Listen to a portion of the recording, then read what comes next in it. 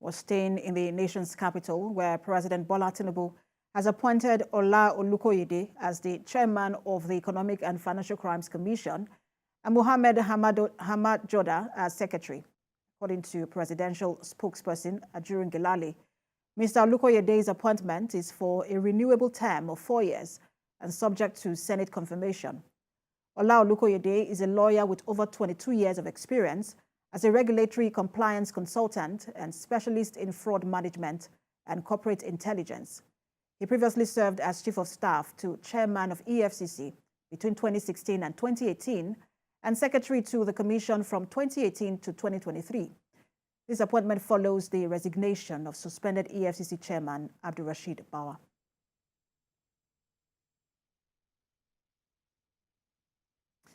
And for further discussion on the appointment of the new EFCC chairman, I am being joined on the news by the chairman of CACOL, Mr. Debo Adeniran. Good to have you join us.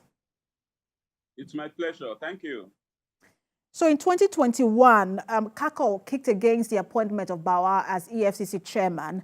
You also subsequently called for his removal. We understand that he has now resigned. What's your assessment of this new appointment? Thank you very much. The reason why we asked Bawa to resign was because of some unlawful activities that was traced to him in places where he served earlier. And the present appointment is like putting a round peg in a round hole. That is the kind of thing we recommended, that look, we need somebody who doesn't have, all of these corruption baggages on his neck, and who, to whom nothing incriminating, nothing that would be construed to be corruption charges could be traced to. And that is what we have had in this Mr. Ola Olukoyede, and we are happy that he is there. That he's been appointed, with the hope that the Senate will confirm him.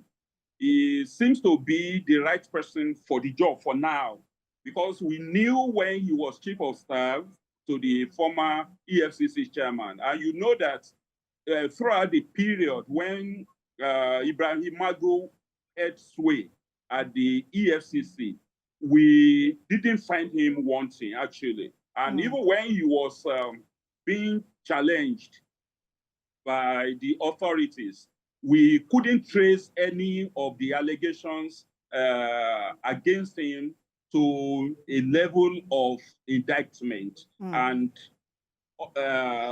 this gentleman was part and parcel of that team. So that has been the best team that we had in the EFCC. And that we have somebody ask you, apologies that I have to butt in. Apologies that I have to butt in, but I want to ask you, because he's a lawyer, we understand, with over 22 years of experience in compliance management, corporate intelligence, and fraud management. He is a lawyer, and that's EFCC has been faulted, when it comes to how they investigate and prosecute their cases, with most of them being dismissed in court. Having a lawyer at the helm of affairs, at EFCC, what impact would that have on investigation and prosecution? He's a specialist in fraud detection, and he has done a lot of job in area of preventive strategies for corruption, on corruption cases. And because he is also a lawyer, it's an added advantage to the extent that he will be able to recognize a crime when it has been committed. There are true crimes, there are pseudo crimes, and he will not. I believe that he will not want to take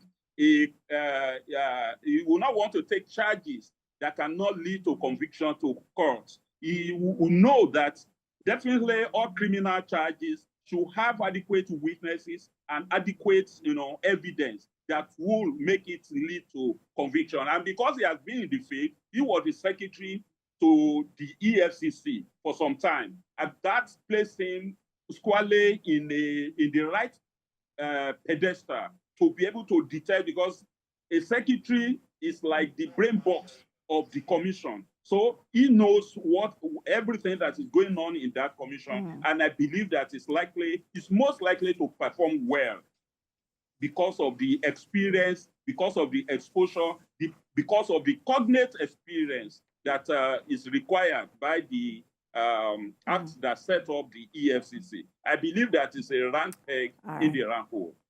Thank you so much for your time. The chairman of CACO, Mr. Debo Adiniro. It is my pleasure. Thank you for having me.